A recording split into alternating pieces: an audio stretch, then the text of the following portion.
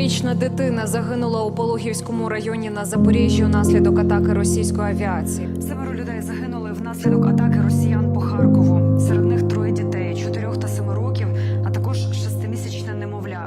Кількість загиблих через ворожу атаку у Львові зросла до 7. Міський голова Андрій Садовий повідомив, що загинула також ще одна дитина. Відомо також, що серед жертв 14-річна і 9-річна дівчинка. Щонайменше 8 людей, серед них 2 дітей, вбили росіяни під час ранкової атаки на Дніпро та область. 19 загиблих, 9 з яких діти, поранених 72 людей. Такі наслідки російського обстрілу Кривого Рогу, що на Дніпропетровщині.